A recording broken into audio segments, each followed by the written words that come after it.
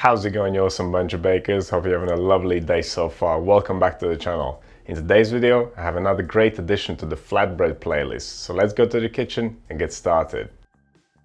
For some reason, wraps seem like a warm weather thing. Surely I'm not the only one who thinks that way.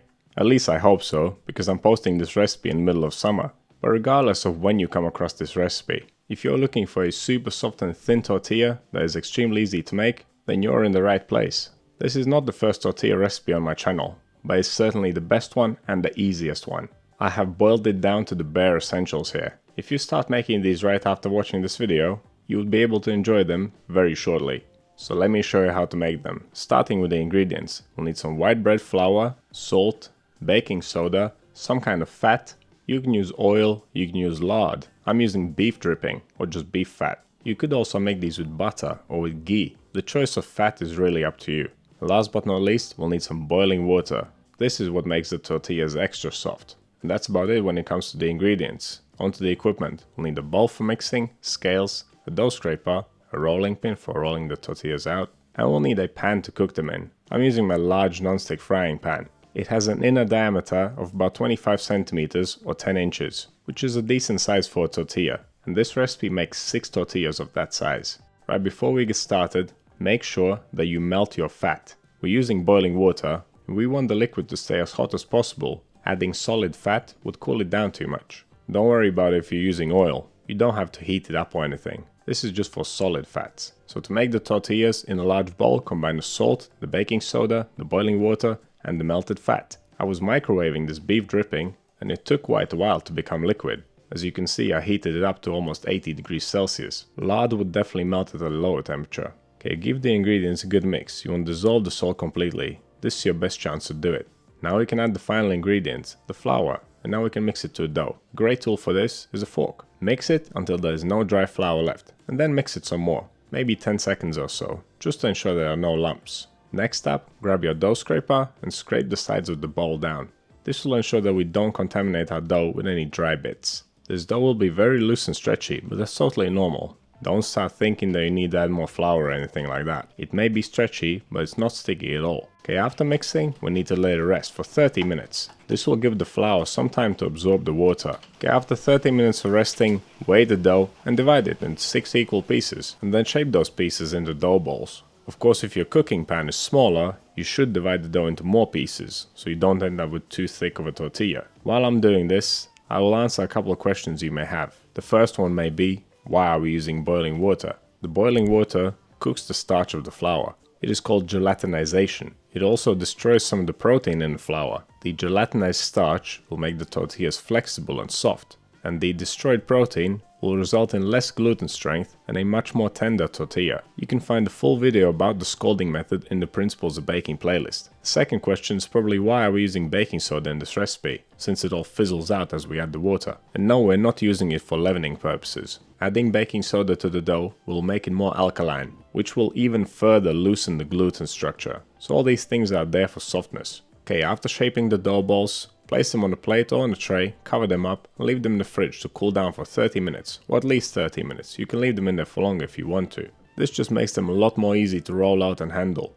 If you don't have time, you could of course roll them straight away, but you might need to use more flour, because the dough may be a bit more sticky. And of course, the more flour you add, the drier your tortilla will be in the end. Chilling them, in my opinion, is the best option. Okay, so to roll them out, simply dust your dough ball with flour, place it down on the table, flatten it by hand, then continue rolling with a rolling pin. To make it nice and round, turn the dough each time you roll it. Don't rush this process. Roll your tortillas out gradually.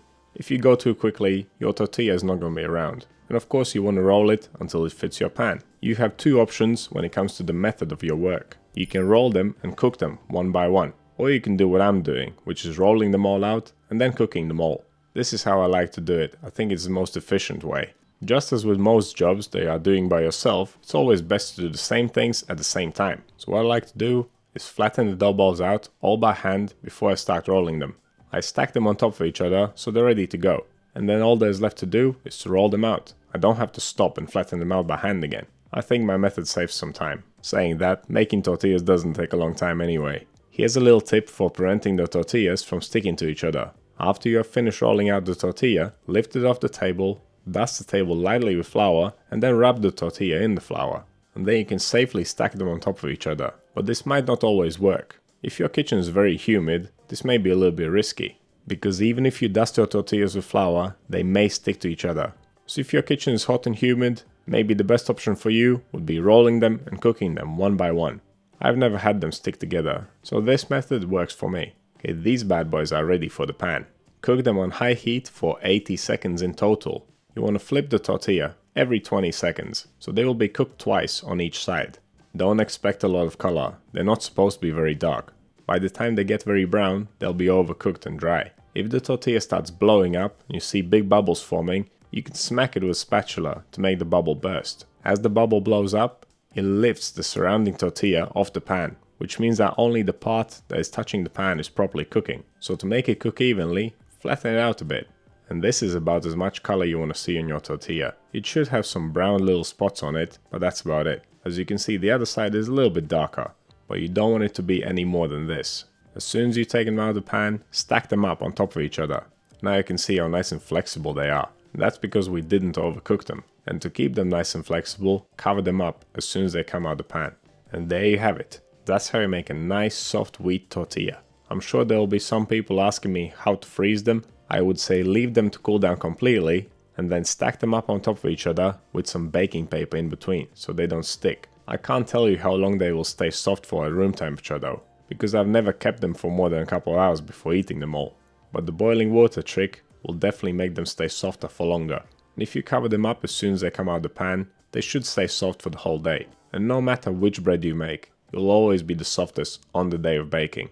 So if you cook them in the morning, you can enjoy them until the evening. Or if you cook them in the evening, they'll be okay for the next day. And if you do try to leave them for longer, let us know in the comments how they performed. Saying all of that, this is such a simple recipe and it's so quick to make that most of the time there will be no good reason to make these ahead of time. Just make your tortilla and eat it. That's it. One more thing, you could make smaller dough balls, let's say 30-gram ones or 1-ounce ones, and then use them to make little soft taco shells.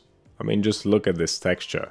They have the perfect moisture content and they are so flexible. Even after all this abuse, it still looks great. And look how nicely it tears apart. This is the best tortilla I've ever made. I don't think it'll be easy to top it. And by the way, if you're into flatbreads and breads cooked in a pan, check out the Flatbreads and Crackers playlist on the channel. So what do you think of my tortilla recipe? Have you made tortillas before? What is your favorite flatbread? Let me know down in the comments. If you want to see more videos like this one, click over here. Subscribe to the channel, click right here. That's all I have for you today.